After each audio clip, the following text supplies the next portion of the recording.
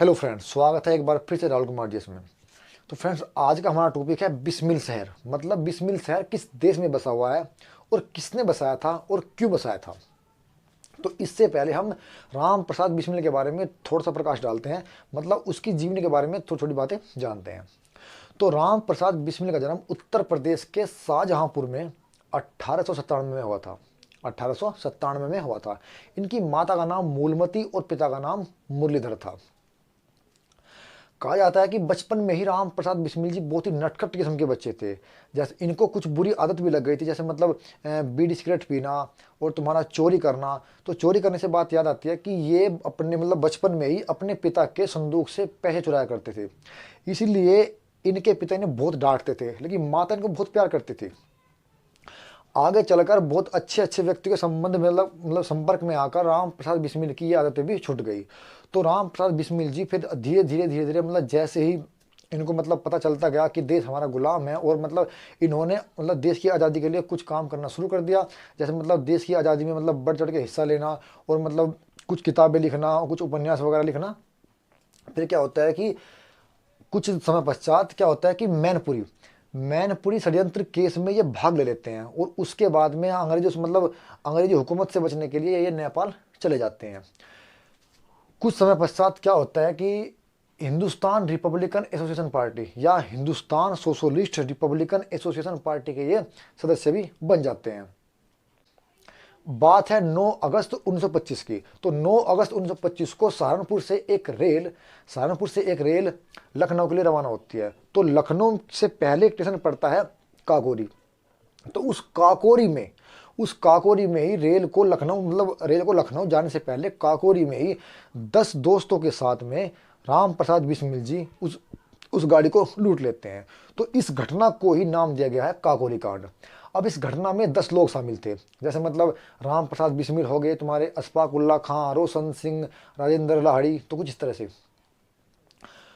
तो अंग्रेजों ने राम प्रसाद बिस्मिल को कैद करके गोरखपुर उत्तर प्रदेश मतलब उत्तर प्रदेश की गोरखपुर जेल में डाल दिया।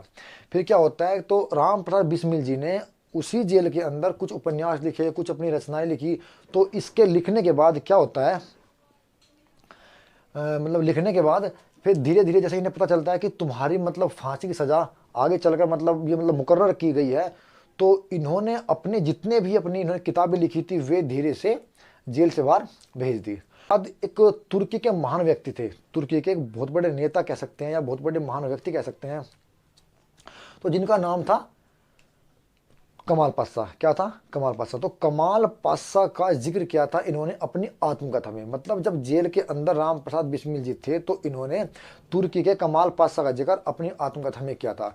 आगे चलकर 1927 में राम प्रसाद बिस्मिल को अंग्रेज फांसी दे देते हैं, और फिर इन्हें जब मतलब इनके जो शव को इनके परिजन को दे देते हैं। उसके बाद में इनके शव को इनके परिजन राप्ती नदी के तट पर मतलब इनका अंतिम संस्कार कर देते हैं। इसके बाद देखते हैं कि 1936 में जैसे मतलब धीरे धीरे मतलब तुर्की के कमाल पाशा को ये बात पता चलती है कि भारत का एक क्रांतिकारी राम प्रसाद बिस्मिल को अंग्रेजों ने मतलब फांसी दे दी है। तो फिर उसने मतलब तुर्की के कमाल पाशा ने अपने तुर्की के दियारबाकी राज्य के एक जिले के रूप में राम प्रसाद बिस्मिल नाम से एक जिला बनाया, और उस जिले का नाम राम प्रसाद बिस्मिल रख दिया। तो ये है वो राम प्रसाद बिस्मिल शहर जो तुर्की के कमाल पाशा ने बसाया था। तो यानी अगर पेपर में आ जाए कि बताइए कि राम प्रसाद बिस्मिल शहर किस देश में है, तो तुर्की देश में है। और किस व्यक्ति ने बसाया था, तो तुर्की के कमाल पाशा ने बसाया था। और ये कमाल पाशा कौन है? ये कमाल पाशा वही है जिसने तुर्की में खलीफा पद को समाप्त कर दिया था। बोर्ड पर 1 बाय 1 करके उसको आपको समझाऊंगा।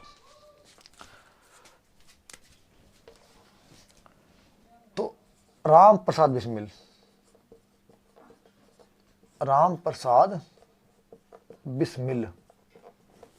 बिस्मिल इसका जन्म हुआ था, कहाँ हुआ था? इसका जन्म हुआ था 1897 में। कहाँ हुआ था? शाहजहांपुर उत्तर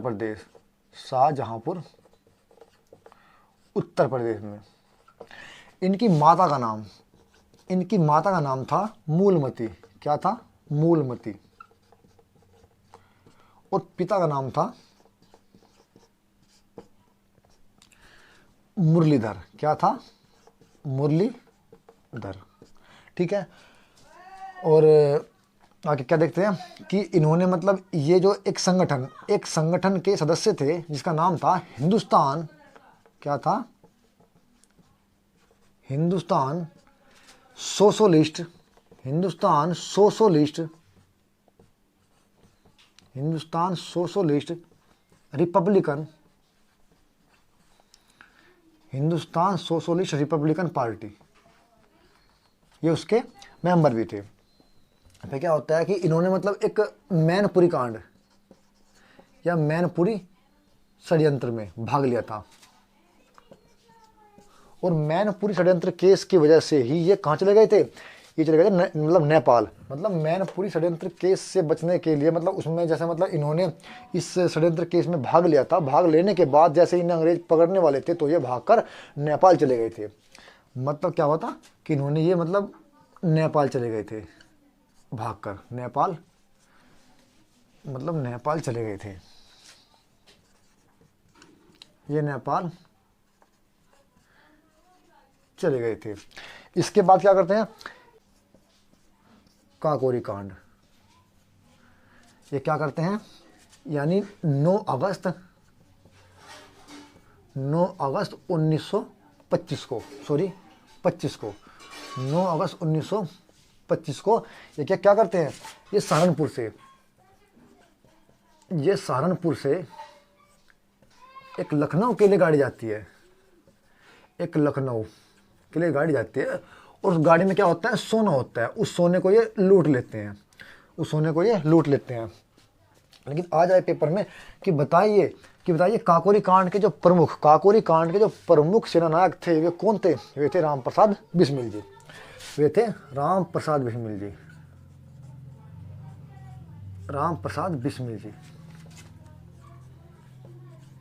वे कौन थे? वे थे राम प्रसाद बिस्मिल जी। तो राम प्रसाद बिस्मिल जी को काकोरी कांड के बाद अंग्रेज जो है वो उत्तर प्रदेश की गोरखपुर जेल में डाल देते हैं। तो चलिए इसका आप स्क्रीनशॉट लीजिए और मैं इसको फिल अप करता हूँ। फिर इसके बाद क्या करते हैं? इसके बाद अंग्रेज इनको पकड़कर उत्तर प्रदेश की गोरखपुर जेल में डाल देते हैं काकोरी कांड के बाद। तो क्या करते हैं? इनको जेल में डालते हैं, कहाँ डालते हैं? गोरखपुर जेल, उत्तर प्रदेश, गोरखपुर जेल उत्तर प्रदेश में इसको डाल देते हैं।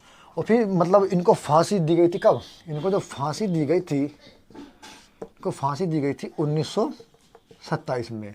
और फांसी के बाद इनके जो शव को राप्ती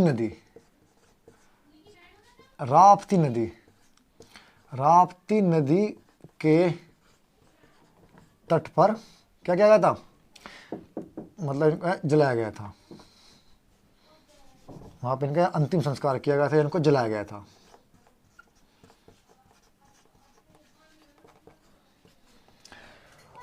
तो फिर क्या होता है? फिर इनकी मौत के बाद क्या होता है कि तुर्की के कमाल पाशा ने क्या होता है? इस कमाल पाशा ने क्या काम किया? इस कमाल पाशा ने अपने तुर्की देश के क्या किया? तुर्की देश के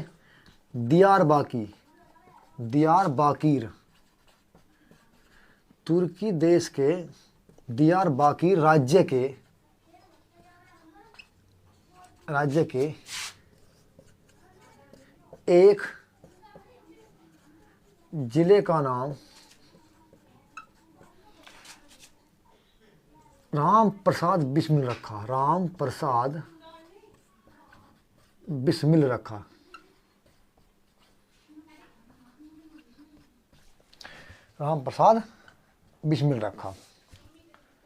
और ये वही कमाल पाशा है जिसने क्या किया? जिसने तुर्की में खलीफा के पद को समाप्त कर दिया था। अब ये खलीफा का पद क्या है? ये खलीफा पद वही पद है हजरत मोहम्मद साहब मक्का मदीना वाले की मृत्यु के पश्चात इस्लाम धर्म को चलाने वाले को खलीफा कहते थे।